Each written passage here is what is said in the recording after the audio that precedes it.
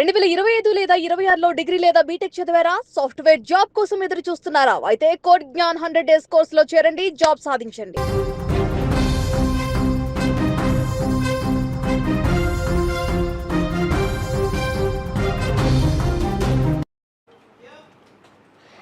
తమిళనాడులో జరిగినటువంటి ఎన్నికలకు సంబంధించి కేవలం ఒక సౌత్ ఇండియాలోనే కాకుండా దేశవ్యాప్తంగా కూడా తమిళనాడు ఎన్నికల ఫలితాల మీద మొత్తం దేశవ్యాప్తంగా అన్ని రాజకీయ పక్షాలన్నీ కూడా ఎదురు చూస్తున్నాయి ఈ ఫలితాల కోసం. ఎందుకంటే ఇక్కడ ఎప్పుడూ లేని విధంగా తమిళనాడు చరిత్రలోనే ఒక త్రిముఖ పోటీ ఇప్పుడు ప్రస్తుతం జరుగుతున్నటువంటి పరిస్థితి. ఈ పోటీలో ఎవరు నెగ్గుతారు, ఎవరు ఏ పార్టీ అక్కడ అధికారంలోకి వస్తుంది, ఏ పార్టీ ప్రభావం ఏ పార్టీ మీద చూపిస్తుంది, ఈ మూడు పార్టీలు ఎవరికి లాభం చేకూరుస్తాయి, ఎవరికి నష్టం కలిగిస్తాయి అనేటువంటి లెక్కల్లో అన్ని పార్టీలు కూడా మునిగి తేలుతున్నాయి. ప్రస్తుతం ఇక్కడ తమిళనాడులో జరిగినటువంటి ఎన్నికల్లో అందరికంటే కూడా విజయ్ వైపు టీవీకే పార్టీ అధినేత, సినిమా హీరో, ఒక స్టార్ హీరోగా మాస్ ఇమేజ్ కలిగినటువంటి విజయ్ వైపు ఇప్పుడు మొత్తం దేశవ్యాప్తంగా అన్ని రాజకీయ పక్షాలు చూస్తున్నాయి. ఎందుకంటే తమిళనాడు రాజకీయాలు మొదటి నుంచి కూడా సినిమా రంగానికి రాజకీయాలకి ఒక అవినాభావ సంబంధం ఉందనే చెప్పాలి. అక్కడ ముఖ్యమంత్రులుగా ఆ పీఠాన్ని అధిరోహించాలన్నా కూడా, ఖచ్చితంగా అక్కడ ప్రజల మన్ననలు పొందాలన్నా కూడా సినిమా రంగానికి సంబంధించినటువంటి వారికే ఇప్పటి వరకు కూడా అక్కడ ముఖ్యమంత్రులుగా ఉన్నటువంటి పరిస్థితి ఉంది. అలాగే ఆ సినిమా రంగానికి సంబంధించినటువంటి ఆ కుటుంబాల నుంచి వారసులుగా వచ్చిన వారు కూడా ముఖ్యమంత్రిగా ఉన్న విషయం మనకి ప్రత్యేకంగా చెప్పుకోవచ్చు. డిఎంకే పార్టీకి సంబంధించిన అధినేతగా ఉన్నటువంటి ఎవరైతే కరుణానిధి ఉన్నారో ఆయన కూడా సినిమా రంగానికి సంబంధించినటువంటి ఒక రచయితగా ఉండి, ఒక విప్లవకారుడుగా ఉండి ఆయన డిఎంకే పార్టీకి సంబంధించినటువంటి అధినాయకుడిగా ఎన్నికై ఆ తర్వాత ఆయన ముఖ్యమంత్రి పార్టీని ముఖ్యమంత్రిగా ఆ పార్టీ అధినేతగా ముఖ్యమంత్రిగా ఆయన ఆ స్థానాన్ని అధిరోహించాడు. అయితే అప్పుడు ఎంజీఆర్ ఆ పార్టీలో ఒక మాస్ ఇమేజ్ కలిగినటువంటి ఎంజీఆర్ను కూడా ఆ పార్టీలో ఒక ప్రచారకర్తగా తీసుకొచ్చి అప్పట్లో డిఎంకే పార్టీ గెలుపొందినటువంటి పరిస్థితి. అయితే ఎంజీఆర్కి కరుణానిధికి విభేదాలు రావడంతో ఎంజీఆర్ పార్టీని వీడి కరుణానిధితో విభేదాలు వచ్చిన తర్వాత అన్నా డిఎంకే అంటే డిఎంకే పార్టీకి పోటీగా ఏఐడిఎంకే అనేటువంటి ఒక పార్టీని స్థాపించి ఆయన పార్టీని స్థాపించిన కొన్ని రోజుల్లోనే ముఖ్యమంత్రిగా ఆయన ఆ స్థానాన్ని అధిరోహించారు. వరుసగా 3 సార్లు ఆయన ముఖ్యమంత్రిగా అయినటువంటి పరిస్థితి. అయితే ఇప్పుడు ఎంజీఆర్ అటు సినిమా రంగంలో ఒక స్టార్ హీరోగా నెంబర్ 1 హీరోగా ఉన్న ఎంజీఆర్ ఆ తర్వాత పార్టీ పెట్టిన తర్వాత ముఖ్యమంత్రి అయ్యారు. ఆ తర్వాత ఎంజీఆర్ చనిపోయిన తర్వాత రాజకీయాల్లో కాస్త వెలితి ఏర్పడినటువంటి పరిస్థితి. అంటే అన్నాడీఎంకే పార్టీని నడిపేవారు లేక ఆయన స్థానంలో ఆయన సతీమణి కొంతకాలం పార్టీని నడిపారు, కానీ ఎక్కడ కూడా ఆ పార్టీ మనుగడ సాధించలేనటువంటి పరిస్థితి అయితే ఉంది. అయితే ఇప్పుడు ఎంజీఆర్ వారసురాలుగా జయలలిత పార్టీకి సంబంధించినటువంటి బాధ్యతలను ఎప్పుడైతే ఆమె తీసుకున్నారో ఆ తర్వాత ఆమె పార్టీని ఘన విజయం సాధించేలా చేసి ఆమె కూడా ముఖ్యమంత్రిగా అయ్యారు. జయలలిత కూడా ఒక హీరోయిన్గా నటించారు. అప్పట్లో ఎంజీఆర్తో కలిసి అనేక సినిమాల్లో కూడా నటించారు. అలాగే తెలుగు సినిమాల్లో ఎన్టీఆర్ లాంటి అగ్ర హీరోలతో కూడా నటించినటువంటి పరిస్థితి. సో జయలలిత కూడా ఒక స్టార్ హీరోయిన్ ఇమేజ్ ఉన్నటువంటి జయలలిత అక్కడ ఒక మాస్ లీడర్గా ఎదిగినటువంటి పరిస్థితి. సో అటు కరుణానిధికి జయలలితకు మధ్య జరిగినటువంటి ఆ పోరు, ఆ రెండు పార్టీలు ఇద్దరు నేతల మధ్య జరిగినటువంటి ఆ పోటీ కూడా మనం గత కొన్ని దశాబ్దాలుగా చూస్తూ వచ్చాం. అయితే ఇప్పుడు జయలలిత మరణం తర్వాత అలాగే కరుణానిధి మరణం తర్వాత కూడా కరుణానిధి వారసుడుగా స్టాలిన్ రావడం జరిగింది. డిఎంకే పార్టీని ఆయన అధిరోహించడం, ఆ పార్టీకి సంబంధించిన అగ్రనేతగా గత ఎన్నికల్లో డిఎంకేకి బంపర్ మెజారిటీ ఇచ్చారు. అదేవిధంగా జయలలిత మరణం తర్వాత ఆమె వారసుడుగా ఎవరు కూడా రాలేనటువంటి పరిస్థితి. ఆమె చనిపోయిన తర్వాత, ఆమె అధికారంలో ఉన్న సమయంలోనే చనిపోయిన తర్వాత ఆ స్థానాన్ని పళనిస్వామి అధిరోహించినప్పటికీ కూడా అంత మాస్ ఇమేజ్ లేకపోవడం, సినిమా రంగానికి సంబంధించినటువంటి వ్యక్తి కాకపోవడంతో గత ఎన్నికల్లో పళనిస్వామి నాయకత్వంలో అన్నాడీఎంకే బరిలో దిగినప్పటికీ కేవలం తక్కువ స్థానాలకే పరిమితమైంది. డిఎంకే కరుణానిధి వారసుడిగా స్టాలిన్ ఉన్నాడు కాబట్టి స్టాలిన్కి అందరూ కూడా పట్టం కట్టారు. అయితే ఇప్పుడు జయలలిత సంబంధించినటువంటి ఆ స్థానాన్ని అధిరోహించడానికి ఎవరున్నారు? డిఎంకే పార్టీకి సంబంధించిన కరుణానిధి వారసుడిగా స్టాలిన్ ఉన్నారు. ఓకే, మరి అన్నాడీఎంకే పార్టీకి సంబంధించిన వారసుడిగా ఎవరున్నారంటే ఎవరు లేరనే చెప్పాలి. అయితే ఇప్పుడు అందుకే టీవీకే పార్టీ అధినేతగా ఎప్పుడైతే విజయ్ బరిలోకి దిగారో, ఎప్పుడైతే విజయ్ పార్టీని స్థాపించి ఆయన ఎన్నికల ప్రచారాన్ని నిర్వహించి పోటీగా సింగిల్గా ఆయన బరిలోకి దిగారో ఇప్పుడు అందరూ కూడా ఆయన వైపే చూస్తున్నటువంటి పరిస్థితి. ముఖ్యంగా విజయ్ వైపు యువ ఓటర్లు, కొత్తగా ఎన్రోల్ చేసుకున్నటువంటి ఓటర్స్ కావచ్చు, అలాగే ముఖ్యంగా మహిళలు ఈ ఇద్దరు కూడా ఆ కుటుంబాలకు సంబంధించి చాలా కీలకమనే చెప్పాలి. ఎక్కడైనా కూడా ఒక కుటుంబంలో ఒక 5 ఓట్లు ఉంటే లేదా 4 ఓట్లు ఉంటే ఆ కుటుంబంలో ఉన్నటువంటి యూత్ ఓటర్స్ ఎప్పుడైతే ఆ కుటుంబం మీద ప్రెషర్ తీసుకొస్తారో, అంటే వాళ్ళ తండ్రి మీద లేదా తల్లి మీద కుటుంబ సభ్యుల మీద ప్రెషర్ తీసుకొచ్చి ఈసారి తమ అభిమాన హీరోకి ఓటు వేయాలి, విజయ్కి ఓటు వేయాలి అనే విధంగా ఒత్తిడి తీసుకొని వస్తున్నట్టుగా తెలుస్తుంది. అలాగే మహిళలు కూడా విజయ్ ఇచ్చినటువంటి వాగ్దానాలు, విజయ్ ఇచ్చినటువంటి హామీల మేరకు ముఖ్యంగా జయలలిత వారసుడిగా విజయ్ని కొంతమంది చూస్తున్నారు. కాబట్టి విజయ్ వైపు చాలామంది మహిళలు కూడా చూశారు. అలాగే విజయ్కి కూడా పెద్ద ఎత్తున మహిళలు ఓట్లు వేశారు. బారులు తీరి మరీ మహిళలు ఈసారి ఎన్నికల్లో పోలింగ్ చేయడం బట్టే, ఓటింగ్ చేయడం బట్టే ఎప్పుడూ లేని విధంగా తమిళనాడు రాజకీయ చరిత్రలోనే అనూహ్యంగా 85% ఓటింగ్ పర్సంటేజ్ తమిళనాడు ఎన్నికల్లో పోలిందనే చెప్పాలి.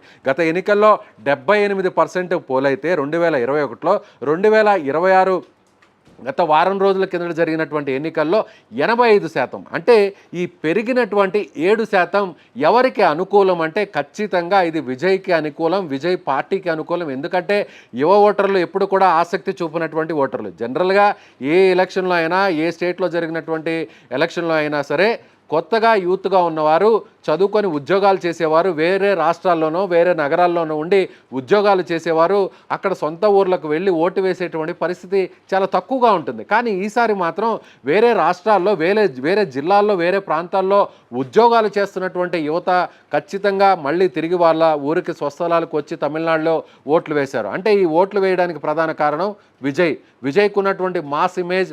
విజయ్కి ఇంటా బయట అంటే అది సినిమాల్లో కూడా ఆయన మంచి సినిమాలు తీశారు, సందేశాత్మక సినిమాలు, రీసెంట్గా వచ్చినట్టు ఒక 7-8 సినిమాలు చూసినా కూడా విజయ్ క్యారెక్టర్ అంతా కూడా ఒక సమాజానికి సంబంధించినటువంటి మెసేజ్ని ఇచ్చేటువంటి సినిమాలను ఆయన చేస్తూ వచ్చారు. అదేవిధంగా విజయ్కి సంబంధించినటువంటి ఆయన మాట తీరు కానీ, ఆయన వ్యవహరించేటువంటి శైలి కానీ తమిళనాడులోనే ఒక మాస్ ఇమేజ్ కలిగినటువంటి ఒక సక్సెస్ఫుల్ హీరోగా విజయ్ని చెప్పవచ్చు. సో రజనీకాంత్ అలాగే ఆ స్థాయి స్టార్ ఇమేజ్ కలిగినటువంటి రజనీకాంత్కి ఎంత ఫాలోయింగ్ ఉంటుందో తమిళనాడులో, ఆ తర్వాత రజనీకాంత్ కాస్త వయసు పైబడినటువంటి ఒక పెద్ద హీరోగా మారిన తర్వాత అంతటి ఫాలోయింగ్ని తెచ్చుకున్నటువంటి హీరో విజయ్. అప్పట్లో ఎంజీఆర్, ఆ తర్వాత రజనీకాంత్, ఆ రజనీకాంత్ తర్వాత ఇప్పుడు విజయ్. సో విజయ్ ఇప్పుడు ఆయన అంటే పూర్తిగా రజనీకాంత్తో పోలిస్తే రజనీకాంత్ కాస్త వయసు పైపడడంతో రజనీకాంత్ పార్టీకి పెట్టి రాజకీయాల్లోకి రావాలనుకున్నప్పుడు కూడా ఆయన ఆ నిర్ణయాన్ని వెనక్కి తీసుకున్నారు. సో అదే స్థానంలో డేర్ అండ్ డాషింగ్గా ఇప్పుడు విజయ్ వచ్చారు, పార్టీని స్థాపించారు. పార్టీని స్థాపించిన తర్వాత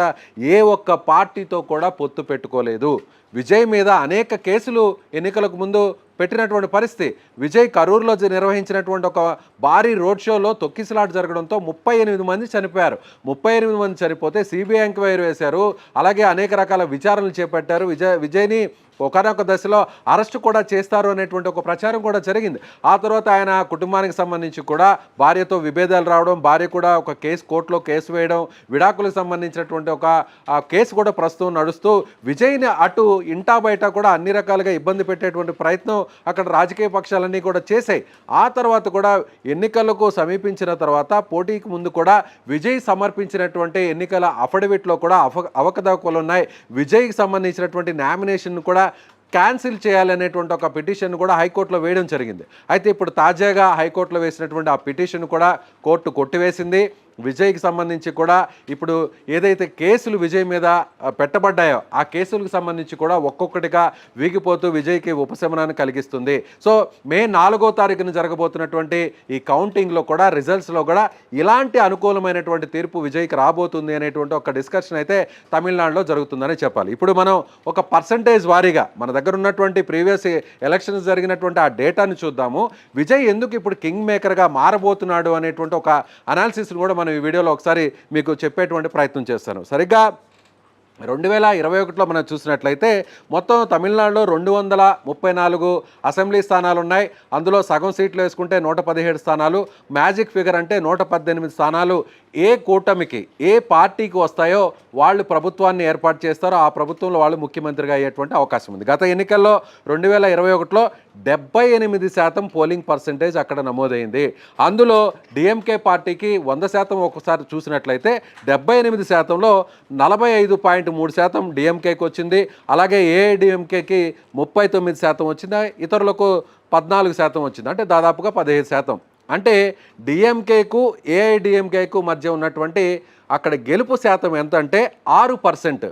6% తేడాతోనే భారీ విజయాన్ని అక్కడ సాధించింది డిఎంకే పార్టీ. డిఎంకే పార్టీకి వచ్చినటువంటి సీట్లని, డిఎంకే పార్టీ అంటే డిఎంకే కూటమిలో చూసినట్లయితే డిఎంకే పార్టీ, కాంగ్రెస్ పార్టీ, వామపక్షాలు, ఇతర తమిళనాడులో ఉన్నటువంటి చిన్న చిన్న పార్టీలన్నీ కలుపుకొని ఒక కూటమిగా ఏర్పాటై అక్కడ డిఎంకే పార్టీకి వచ్చినటువంటి స్థానాలు చూసినట్లయితే ఆ కూటమికి 133 స్థానాలు వచ్చాయి. అంటే బంపర్ మెజారిటీ వచ్చింది. 1/3% అక్కడ ఆ పార్టీకి గత ఎన్నికల్లో వచ్చాయి. ఇక అన్నా డిఎంకే పార్టీకి జయలలిత మరణం తర్వాత జరిగినటువంటి ఎన్నికలు కావడంతో అక్కడ ఆ పార్టీని నడిపించేటువంటి నాయకత్వం లేకపోవడంతో ఆ నాయకత్వ లేమితో డిఎంకే పార్టీకి కేవలం 65 సీట్లు మాత్రమే వచ్చినటువంటి పరిస్థితి. అంటే ఇప్పుడు 6% తేడా గత ఎన్నికల్లో స్పష్టంగా కనిపించింది. అంతకుముందు ఎన్నికలను ఒకసారి మనం పరిశీలించేటువంటి ప్రయత్నం చేద్దాం. 2016లో జరిగినటువంటి అసెంబ్లీ స్థానాల్లో తమిళనాడు ఎన్నికల్లో అప్పుడు దాదాపుగా ఏఐడిఎంకే అంటే అప్పుడు అధికారంలోకి అన్నా డిఎంకే రెండోసారి వచ్చింది. అప్పుడు వచ్చినటువంటి ఓట్ల శాతం చూసినట్లయితే అప్పుడు 40.8% అన్నా డిఎంకేకి వచ్చింది. అప్పుడు జయలలిత సారథ్యంలోని ఎన్నికలు జరిగాయి. రెండవసారి ఆమె వరుసగా ముఖ్యమంత్రి అయ్యారు.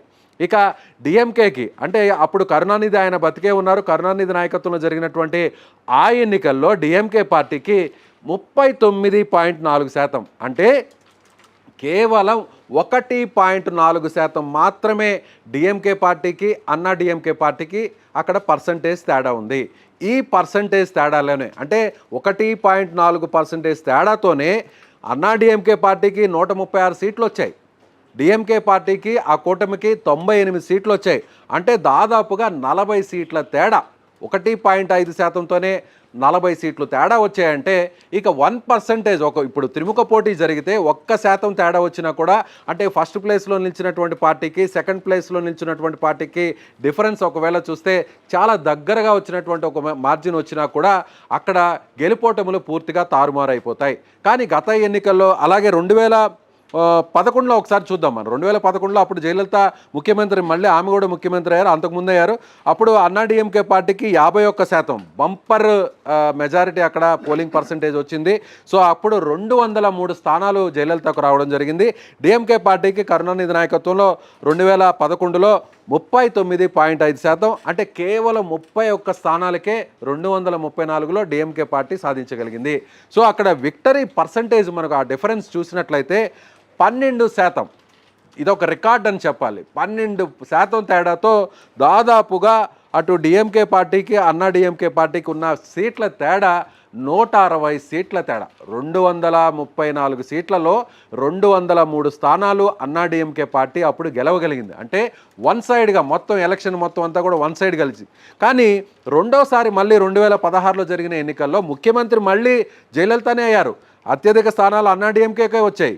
కానీ కేవలం 1.4% మాత్రమే తేడా ఉంది. అయినా కూడా 136 స్థానాలు అన్నా డిఎంకేకి వచ్చాయి, డిఎంకేకి 98 స్థానాలు. అంటే పోలింగ్ పర్సంటేజ్ ఎంత కీలకం అనేది ఈ ఎన్నికలు, తమిళనాడు ఎన్నికల్లో ప్రీవియస్గా జరిగినటువంటి 3-4 ఎన్నికలను కూడా మనం పరిశీలించితే మనకి చాలా స్పష్టంగా అర్థమవుతుంది. అంటే ఇప్పుడు విజయ్కి ఎంత పర్సంటేజ్ వస్తుంది? సో గత ఎన్నికల్లో 45% డిఎంకేకి వచ్చింది, 39% అన్నా డిఎంకేకి వచ్చింది. రెండు పార్టీల మధ్య తేడా 6%. అయితే ఇప్పుడు ఈ రెండు పార్టీలకు సంబంధించినటువంటి ఓటు బ్యాంకును విజయ్ చీల్చబోతున్నాడు. ముఖ్యంగా యువత ఓటింగ్ అంతా కూడా చీల్చబోతున్నాడు. యూత్ అనేది రెండు పార్టీలకు ఉంటారు కాబట్టి రెండు పార్టీల నుంచి కూడా యువత చీలిపోతుంది. అలాగే ముఖ్యంగా మహిళల ఓట్లు అంటే ప్రధానంగా చూసినట్లయితే అన్నా డిఎంకేకి మొదటి నుంచి కూడా జయలలిత ఉన్నారు కాబట్టి జయలలితకు సంబంధించి కూడా మహిళలు ఎక్కువగా ప్రజాదరణ చూపిస్తారు కాబట్టి సో జయలలితకు కాస్త ఎక్కువగా మహిళల ఓట్ల పర్సంటేజ్ ఉండేది. కానీ జయలలిత ఇప్పుడు లేకపోవడం వల్ల అన్నా డిఎంకేకి ఆ మైనస్ పడుతుంది. అదేవిధంగా ఏ ఎన్నికల్లో అయినా సరే తమిళనాడులో మహిళలు ఎవరి వైపు నిలుస్తారో వాళ్లే అధికారంలోకి రావడం అనేది పక్కాగా ఇప్పటివరకు జరిగినటువంటి 5-6 ఎన్నికల్లో మనం చూసినటువంటి పరిస్థితి. అయితే ఇప్పుడు ఈ ఎన్నికల్లో మహిళలు ఒకసారి స్టాలిన్ని చూసేసాం, చాలాసార్లు డిఎంకే పార్టీకి అధికారాన్ని ఇచ్చాం. అన్నా డిఎంకే పార్టీని ఇప్పుడు నడిపించేటువంటి నాయకుడు లేడు. ఒక మాస్ ఇమేజ్ ఉండి క్రౌడ్ పుల్లర్గా ఉండేటువంటి ఆ నాయకత్వం కలిగినటువంటి పరిస్థితులు ఇప్పుడు ఆ పార్టీకి లేవు. సో ఇప్పుడు ఆ స్థాయిలో ఒక మాస్ ఇమేజ్ ఉండి రాష్ట్ర వ్యాప్తంగా అందరికీ తెలిసినటువంటి ఒక వ్యక్తిగా నాయకుడిగా ఎవరు అంటే అది ఖచ్చితంగా విజయ్ ఉన్నాడు. కాబట్టి విజయ్ ఒక ప్రజాకర్షణ కలిగినటువంటి నాయకుడు కాబట్టి ఆయన ఆల్రెడీ సినిమాల్లో ఒక సక్సెస్ఫుల్ హీరోగా, ఒక మాస్ స్టార్ హీరోగా ఉన్నాడు కాబట్టి సో విజయ్ వైపు ఈసారి మహిళలు పెద్ద ఎత్తున చూశారు. విజయ్ కూడా ఇచ్చినటువంటి హామీలు కావచ్చు, వాగ్దానాలు కావచ్చు, అలాగే విజయ్ ఒంటరిగా పోటీ చేశాడు. ఇక్కడ విజయ్ ఒంటరిగా పోటీ చేయడంతో అటు పైనుంచి కేంద్రం నుంచి కావచ్చు, రాష్ట్రంలో అధికారంలో ఉన్నటువంటి పార్టీలు కావచ్చు, విజయ్ మీద ఒత్తిడి తీసుకొచ్చి కేసులు బనాయించారు అనేటువంటి ఒక సానుభూతి పెద్ద ఎత్తున అక్కడ విజయ్కి తమిళనాడులో వచ్చింది. అది మహిళల ఓట్లు విజయ్ వైపు టర్న్అవుట్ అవడానికి ప్రధానంగా అక్కడ కీలక భూమిక పోషించాయనేదే చెప్పాలి. కాబట్టి ఇప్పుడు మహిళలు విజయ్కి భారీ స్థాయిలో కానీ నిలబడితే విజయ్కి భారీ స్థాయిలో ఓటింగ్ పర్సంటేజ్ పెరగబోతుంది. అంటే స్టార్ట్ అవబోతుంది. ఫస్ట్ టైం పోటీ చేశారు కాబట్టి. అంటే ఇప్పుడు ఒకవేళ విజయ్ కనీసం 20 నుంచి 25%, ఒకవేళ అధికారాన్ని కొల్లగొట్టాలంటే, అధికారాన్ని ఆయన స్థాపించాలంటే, ఆయన పార్టీ అధికారంలోకి రావాలంటే ఖచ్చితంగా 35% పైబడే అక్కడ పార్టీ సాధించాల్సినటువంటి పరిస్థితి. ఒకవేళ 3 పార్టీలు ఒకవేళ 100% 3 పార్టీలు త్రిముఖంగా పోటీలో ఉన్నాయి కాబట్టి 3 పార్టీలు చేర్చుకున్నా కూడా 30% వేసుకున్నా కూడా, ఒకవేళ భారీ మెజారిటీ వచ్చినా కూడా ఒక పార్టీకి 40% లేదా 37% వచ్చినా కూడా, ఇంకొక పార్టీకి 30-32 మధ్య ఆగిపోయినా కూడా, ఇంకొక పార్టీకి 25% వచ్చినా కూడా ఇప్పుడు ఫస్ట్ ప్లేస్ ఎవరు, సెకండ్ ప్లేస్ ఎవరు, థర్డ్ ప్లేస్ ఎవరు అనేది ఇప్పుడు అక్కడ నిర్ణయించుకోవాల్సినటువంటి పరిస్థితి. ఒకవేళ విజయ్ అధికారాన్ని స్థాపించాలి అంటే ఖచ్చితంగా విజయ్ కానీ 35% కానీ పోలింగ్ పర్సంటేజ్ విజయ్ వైపు వస్తే వన్ సైడ్. సో విజయ్కి అక్కడ 118 సీట్లు మెజారిటీ రావడం అనేది పక్కా. కానీ విజయ్కి అంత శాతం ఫస్ట్ టైం ఆయన పోటీ చేశాడు. ఎక్కడ ఎన్నికల్లో ₹1 కూడా ఖర్చు పెట్టలేదు. డిఎంకే పార్టీ ఎన్నికల్లో ఖర్చు పెట్టింది. ఒక్కొక్క అభ్యర్థి ₹1000, 1500, కొన్ని చోట్ల 2000 కూడా ఇచ్చినటువంటి పరిస్థితి అధికారంలో ఉన్నటువంటి పార్టీ. అలాగే అన్నా డిఎంకే పార్టీ కూడా కొన్ని చోట్ల ₹1000, కొన్ని చోట్ల 1500 కూడా ఇచ్చినటువంటి పరిస్థితి ప్రతిపక్షంలో ఉన్న అన్నా డిఎంకే. కాబట్టి విజయ్ ఎక్కడా కూడా ₹1 కూడా ఖర్చు పెట్టకుండా ఎన్నికల్లో పోటీ చేశాడు. కాబట్టి ఈసారి డబ్బులు ఖర్చు పెట్టకుండా ఎన్నికల్లో అన్ని సీట్లు, అన్ని ఓట్లు సాధించడం సాధ్యమేనా అనేది ఇప్పుడు అందరూ కూడా రాజకీయ విశ్లేషకులు అంచనా వేస్తున్నటువంటి మాట. అయితే ఇప్పుడు ప్రధానంగా ఇప్పటివరకు తమిళనాడులో ఉన్నటువంటి ఆ సాంప్రదాయానికి విజయ్ చెక్కు పెట్టబోతున్నాడు. డబ్బులు ఖర్చు పెట్టకపోయినా కూడా 35% రాకపోయినా కూడా 20 నుంచి 25% వచ్చినా కూడా విజయ్కి వచ్చేటువంటి సీట్ల సంఖ్య ఖచ్చితంగా 25 నుంచి 35 వరకు కూడా చేరుకుంటుంది. విజయ్ చీల్చేటువంటి ఓట్లన్నీ కూడా ఆ మెజారిటీని, అంటే అధికార పార్టీ మెజారిటీ అయినా ఉండొచ్చు, లేదా ప్రతిపక్ష పార్టీ అన్నా డిఎంకే పార్టీకి వచ్చేటువంటి మెజారిటీ అయినా కూడా విజయ్ చీలుస్తాడు. కాబట్టి అక్కడ డిఎంకే, అన్నా డిఎంకేలో ఒకవేళ డిఎంకే ఫస్ట్ ప్లేస్లో గెలవాల్సి ఉండి సెకండ్ ప్లేస్లో అన్నా డిఎంకే ఉంటే విజయ్ వచ్చాడు. కాబట్టి విజయ్కి వచ్చే ఓట్లు అది డిఎంకే నుంచి అయినా పడవచ్చు, అన్నా డిఎంకే నుంచి అయినా పడవచ్చు. విజయ్ చీల్చే ఓట్లు అది కనీసం ఒక్కొక్క నియోజకవర్గంలో విజయ్కి 20,000 ఓట్లు, లేదు రమారమి చూసినట్లయితే ఒక 10,000 ఓట్లు వచ్చినా కూడా అది ఖచ్చితంగా గెలుపుటములను తారుమారు చేస్తుంది. ప్రధానంగా ఈ పార్టీల మీద ఆ ప్రభావం చూపిస్తుంది. మరొక విషయాన్ని కూడా ఈ విశ్లేషణలో నేను చెప్పదలుచుకున్నాను. ఏంటంటే ఇక్కడ ప్రధానంగా విజయ్ కొట్టే దెబ్బ కూడా ఎలా ఉండబోతుందంటే, ఈసారి ఇక్కడ 2 కూటములు పోటీ చేస్తున్నాయి. అన్నా డిఎంకే కూటమిలో బీజేపీ ఉంది, పిఎంకే పార్టీ ఉంది, ఇతర చిన్న చితక పార్టీలు ఉన్నాయి. అలాగే డిఎంకే పార్టీలో డిఎంకే ఉంది, కాంగ్రెస్ పార్టీ ఉంది, వామపక్ష పార్టీలు ఉన్నాయి, మిగిలినటువంటి చిన్న చితక పార్టీలు ఉన్నాయి. ఈ పార్టీలు కూడా సీట్ల షేరింగ్ అనేది ఇవ్వడం జరిగింది. 234 స్థానాల్లో డిఎంకే పోటీ చేసిన స్థానాలు 176 మాత్రమే. అన్నా డిఎంకే పోటీ చేసిన స్థానాలు 172 మాత్రమే. కాంగ్రెస్ పార్టీ డిఎంకేకి 28 సీట్లు ఇచ్చింది, డిఎండికేకు 10 సీట్లు ఇచ్చింది, సిపిఐకు 5 సీట్లు ఇచ్చింది, సిపిఎంకు 5 సీట్లు ఇచ్చింది. అన్నా డిఎంకే కూటమిలో, ఎన్డీఏ కూటమిలో అన్నా డిఎంకే 172 స్థానాల్లో పోటీ చేసింది, బీజేపీకి 33 స్థానాలు ఇచ్చింది, పిఎంకే పార్టీకి 18 స్థానాలు ఇచ్చింది, ఏఎంఎంకేకు 11 స్థానాలు ఇచ్చింది. సో డిఎంకేకి సంబంధించిన సాంప్రదాయ ఓటర్లు మిత్రపక్షాలైనటువంటి కాంగ్రెస్కి వేయడానికి ఇష్టం లేకపోయినా, లేదంటే డిఎండికే వేయడానికి ఇష్టం లేకపోయినా, వామపక్షాలకు వేయడానికి ఇష్టం లేకపోయినా, వాళ్ళ ఓట్లు డిఎంకే పార్టీకి అనుకూలంగా ఉన్న ఓట్లు కూడా విజయ్ వైపు వేసేటువంటి అవకాశం ఉంది. అదేవిధంగా అన్నా డిఎంకేకి సంబంధించినటువంటి సాంప్రదాయ ఓటర్లు, అనుకూల ఓటర్లు కూడా అక్కడ బీజేపీకి 33 సీట్లు ఇచ్చారు, పిఎంకేకి 18 సీట్లు ఇచ్చారు, ఏఎంఎంకేకి 11 సీట్లు ఇచ్చారు. కాబట్టి ఏ అన్నా డిఎంకేకి సంబంధించిన సాంప్రదాయ ఓటర్లు, ఆ ఫ్యాన్స్, ఆ పార్టీకి సంబంధించిన క్రియాశీలక నాయకులు, కార్యకర్తలు కూడా ఒకవేళ ఇతర పార్టీలకు వేయడానికి, మిత్ర పార్టీలకు వేయడానికి ఇష్టం లేకపోతే విజయ్ వైపు చూసేటువంటి అవకాశం ఉంది. ఇక్కడే మనకు చూసినట్లయితే దాదాపుగా 100 సీట్ల వరకు కూడా నేరుగా డిఎంకే, అన్నా డిఎంకే పోటీ చేయట్లేదు. కాబట్టి ఈ 100 సీట్ల మీద విజయ్ మార్కు ఖచ్చితంగా పడబోతుంది. ఈ 100 సీట్లలో విజయ్ ఎన్ని సీట్లు సాధిస్తాడు అనేది కూడా చాలా కీలకంగా మారే అవకాశం ఉంది. అలాగే విజయ్ ప్రధానంగా అర్బన్ సీట్ల మీద ఇక్కడ కాన్సన్ట్రేట్ చేశాడు. ఆయన పెరంబూర్లో, తమిళనాడులో ఉన్న చెన్నై నగరంలోనే పోటీ చేశారు. అలాగే మరో స్థానంలో తిరుచిరాపల్లికి సంబంధించిన ఈస్ట్ స్థానం నుంచి పోటీ చేశాడు. విజయ్ చదువుకున్న వాళ్ళు ఈసారి విజయ్ వైపు చూస్తున్నారనేటువంటి ఒక చర్చ పెద్ద ఎత్తున నడుస్తుంది. దానికి సంబంధించిన సర్వే ఫలితాలు కూడా ఇప్పటి వరకు వచ్చాయి. అదే జరిగితే గత ఎన్నికల్లో చెన్నై మహానగరంలో ఉన్నటువంటి మొత్తం సీట్లు 22. 22కి 22 గత ఎన్నికల్లో డిఎంకే క్లీన్ స్వీప్ చేసింది అక్కడ. అయితే ఈసారి అక్కడ మళ్ళీ విజయ్ పోటీ చేస్తున్నాడు. కాబట్టి అలాగే గతంలో డిఎంకేకి సంబంధించిన ఇద్దరు కూడా, ఉదయనిధి స్టాలిన్ కావచ్చు, తండ్రి స్టాలిన్ కావచ్చు, ఇద్దరు కూడా చెన్నై నగరం నుంచే పోటీ చేశారు. కాబట్టి దాని ప్రభావం చెన్నై నగరంలో ఉన్న మిగతా సీట్ల మీద పడి క్లీన్ స్వీప్కు కారణమైంది. ఇప్పుడు విజయ్ అదే చేయబోతున్నాడా? అలాగే తిరుచిరాపల్లి కూడా 10 నుంచి 8 సీట్లు ఉన్నాయి. అక్కడ కూడా విజయ్ అక్కడ దుందుబి మోగించబోతున్నారు అంటున్నారు. అలాగే మదురైలో కూడా విజయ్కి సంబంధించినటువంటి పార్టీకి అనుకూలంగా వచ్చేటువంటి అవకాశాలు ఉన్నాయంటున్నారు. కోయంబత్తూరుకి సంబంధించి కూడా ఆ నగరంలో కూడా విజయ్కి అనుకూలంగా రాబోతున్నాయంటున్నారు.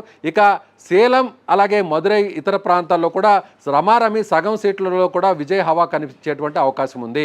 ఇలా ఎట్లా చూసుకున్నా కూడా విజయ్కి కనీసం ఒక 25 సీట్లు కానీ వస్తే ఖచ్చితంగా అక్కడ హంగు అనేది వస్తుంది. ఆ హంగులో విజయ్ కింగ్ మేకర్గా మారబోతున్నారు. విజయే సీఎం కాబోతాడు. విజయ్ ఎవరికి సపోర్ట్ చేస్తే ఆ పార్టీ అధికారంలోకి వస్తుంది. కాబట్టి విజయ్ ఖచ్చితంగా సీఎం స్థానాన్ని డిమాండ్ చేసేటువంటి అవకాశం ఉంది. నెంబర్ 1 ప్లాన్ ఏ అంటే పూర్తి స్థాయిలో ప్రజలంతా విజయ్ వైపు నిల్చుంటే విజయ్కే ఓట్లు వేస్తే విజయ్కి 35 పైబడి పోలింగ్ పర్సంటేజ్ నమోదైతే విజయ్ పార్టీయే పూర్తి స్థాయిలో ఏకపక్షంగా అధికారంలోకి వస్తుంది. ప్లాన్ బి, 2 పార్టీలను చీల్చి విజయ్ ఒకవేళ రెండో స్థానానికి పరిమితమైనా కూడా విజయ్కి ఖచ్చితంగా ఎవరైతే కూటమి ఉంటారో అన్నా డిఎంకే లాంటి కూటమి విజయ్కి సపోర్ట్ చేస్తారు. కాబట్టి విజయ్ మళ్ళీ అక్కడ ప్లాన్ బిలో కూడా సీఎం అయ్యేటువంటి అవకాశం ఉంది. ఇక ప్లాన్ సిలో కూడా హంగ్ వచ్చి డిఎంకేకి ఒకవేళ ఎక్కువ సీట్లు వచ్చినా, అన్నా డిఎంకేకి ఒకవేళ ఎక్కువ సీట్లు వచ్చినా అధికారాన్ని స్థాపించేటువంటి ఆ మ్యాజిక్ ఫిగర్కు దగ్గరలో ఆగిపోతే అప్పుడు ఆ కూటమిలు కూడా అధికారాన్ని చేపట్టే అవకాశం లేకపోతే ఖచ్చితంగా విజయ్ సపోర్టింగ్ వాళ్ళకి అవసరం ఉంటుంది. అప్పుడు కూడా విజయ్ సీఎం సీట్ని డిమాండ్ చేసేయచ్చు. లేదంటే తన సంబంధించినటువంటి ముఖ్య నాయకులు, కీలకమైనటువంటి మంత్రిత్వ శాఖలను కూడా ఆయన డిమాండ్ చేయవచ్చు. ఇక్కడ మరొక విషయాన్ని కూడా చెప్పాలి. విజయ్ ఇప్పటికే సుడిగాలి పర్యటన చేస్తున్నారు. ఎన్నికల తర్వాత ఆయన మదురైకి వెళ్ళారు. మదురైలో మీనాక్షమ్మ అమ్మవారిని ఒక 2 రోజుల కిందట దర్శనం చేసుకున్నారు, పూజలు నిర్వహించారు. ముఖ్యంగా అక్కడ మురుగన్ టెంపుల్, ముఖ్యంగా తిరుచెందూరు అనేది తమిళనాడులో ఒక ఫేమస్ టెంపుల్. ఉన్నటువంటి ప్రధాన ఆలయాల్లో తిరుచెందూరుకు ఒక ప్రత్యేకమైన విశిష్టత ఉంది. అక్కడ ఎంజీఆర్ కానీ, కరుణానిధి కానీ, జయలలిత కానీ ఎవరైనా కూడా ముఖ్యమంత్రి అయ్యే ముందు, ఎన్నికలకు ముందు అక్కడ వాళ్ళు వెళ్ళి ప్రత్యేక పూజలు నిర్వహించారు. అలా పూజలు నిర్వహించిన తర్వాత వాళ్ళు ముఖ్యమంత్రి స్థానాల్ని ఇప్పటి వరకు అధిరోహిస్తూ వచ్చారు. అలాంటి సెంటిమెంట్నే మళ్ళీ ఇప్పుడు విజయ్ కంటిన్యూ చేశాడు. అందుకే తిరుచెందూరుకు వెళ్ళి ఆయన నేరుగా సుబ్రహ్మణ్యేశ్వర స్వామి దగ్గర ఆయన పూజలు నిర్వహించి తాజాగా నిన్న సాయంత్రం ఆయన బయటకు రావడం జరిగింది. ఎటు చూసినా కూడా అలాగే రాజకీయ జ్యోతిష్యులు కూడా విజయ్ పార్టీ కింగ్ మేకర్గా మారబోతుంది, విజయ్ కింగ్ మేకర్గా మారబోతున్నాడు, విజయ్ అధికారంలోకి వచ్చినా కూడా ఆశ్చర్యపోనక్కర్లేదు, అన్ని పార్టీల మద్దతు అనేటువంటి ఒక జోస్యాన్ని కూడా చెప్పారు. ఎటు చూసినా కూడా తమిళనాడుకు సంబంధించి కూడా విజయ్ ఇప్పుడు ఒక పెద్ద రాజకీయాల్లో ఒక స్టార్గా కాబోతున్నాడు. సినిమాల్లోనే కాదు స్టార్. అది ఎలాంటి స్టార్ అంటే సీఎం సీట్లో కూర్చునేటువంటి స్టార్డమ్ వస్తుందా, అలాంటి జనాకర్షణ వస్తుందా, లేదంటే సీఎంని చేసేటువంటి ఒక కింగ్ మేకర్గా ఆ శక్తిని ఇప్పుడు అక్కడ ఓటర్లు ఇస్తారనేది కూడా మరొక 4 రోజుల్లో తేలేటువంటి అవకాశం ఉంది. అదేవిధంగా ఇప్పటికే విజయ్కి సంబంధించినటువంటి క్యాబినెట్ కూడా రెడీ అయిపోయింది అనేది ఒక డిస్కషన్ కూడా నడుస్తుంది. ఆ క్యాబినెట్ పేర్లు కూడా ఒకసారి మీకు చెప్పి వినిపించే ప్రయత్నం చేస్తాను. బుస్వే ఆనంద్, ఇతను టీవీకే పార్టీకి సంబంధించిన జనరల్ సెక్రటరీ. ఇతనికి మున్సిపల్ లేదా హోంశాఖ కూడా ఇవ్వబోతున్నారంటూ కూడా అభిమానులు కూడా ఇప్పటికే పోస్టర్లు కూడా వేస్తున్నారు. అలాగే ఆదవ్ అర్జున అనేటువంటి నాయకుడు సంబంధించి కూడా ఇతను టీవీకే పార్టీ ఎన్నికల వ్యూహకర్తగా ఎన్నికల్లో ఈ స్థాయిలో నిర్వహించడానికి ఇతను చాలా కీలకంగా వ్యవహరించారు. అలాగే కేఏ సెంగౌట్టే అని ఇతను అన్నాడీఎంకే పార్టీలో మంత్రిగా పనిచేశాడు, సీఎంగా సీనియర్ నాయకుడిగా కూడా ఉన్నాడు. కాబట్టి ఈయన కూడా ఇటీవల ఎన్నికలకు ముందు టీవీకే పార్టీలో జాయిన్ అయ్యి ఆయన కూడా పోటీ చేశారు. ఇక కేజీ అరుణ్ రాజ్ ఇతను పార్టీ సిద్ధాంతకర్త, ప్రచార బాధ్యతలన్నీ కూడా ఇతనే నెత్తిన వేసుకొని చేశాడు. ఇతను కూడా క్యాబినెట్లో ఉండేటువంటి అవకాశం ఉంది. ఇక మహిళా కోటాలో చూస్తే విజయలక్ష్మికి మహిళా కోటాలో కూడా క్యాబినెట్లో అవకాశం ఉంటుంది అనేది అక్కడ నాయకులు, అభిమానులు కూడా చెప్తున్నటువంటి పరిస్థితి. ఎటు చూసినా కూడా ఇప్పుడు తమిళనాడులో విజయ్ కీలకంగా కింగ్ మేకర్గా మారబోతున్నాడు. జయలలితకున్నటువంటి మాస్ ఇమేజ్ని, జయలలితగా ఉన్నటువంటి ఆ సినీ గ్లామర్ని, జయలలితకు ఉన్నటువంటి ఆ స్టార్డమ్ని రాజకీయాల్లో కూడా ఆ వారసత్వాన్ని విజయ్ కొనసాగించబోతున్నాడు అనేది ఇప్పుడు రాజకీయ పండితులు చెప్తున్నటువంటి మాట. ఇవన్నీ ఒక ఎత్తు అయితే రేపు మే 4వ తారీఖున జరగబోతున్నటువంటి రిజల్ట్స్ కౌంటింగ్లో వీటన్నిటి మీద కూడా స్పష్టత వస్తుంది. మరొక 24 గంటల్లో కూడా ఎగ్జిట్ పోల్స్ రాబోతున్నాయి. మరొక 24 గంటల్లో కూడా అక్కడ ఎన్నికలకు సంబంధించినటువంటి శాంపిల్స్ సేకరించిన సంస్థలు ఎలాంటి ఫలితాలను ఇస్తాయో తెలుసుకున్నాం. సో మళ్ళీ కూడా మరొక 24 గంటల తర్వాత కూడా మరొక విశ్లేషణతో మీ ముందుకు వస్తాను. సో విజయ్ ఎలాంటి రోల్ను ప్లే చేయబోతున్నాడో, విజయ్ ఏ పొజిషన్లో ఉండబోతున్నాడో ఖచ్చితంగా ఈ వీడియో చూసిన వారు కామెంట్ చేయండి.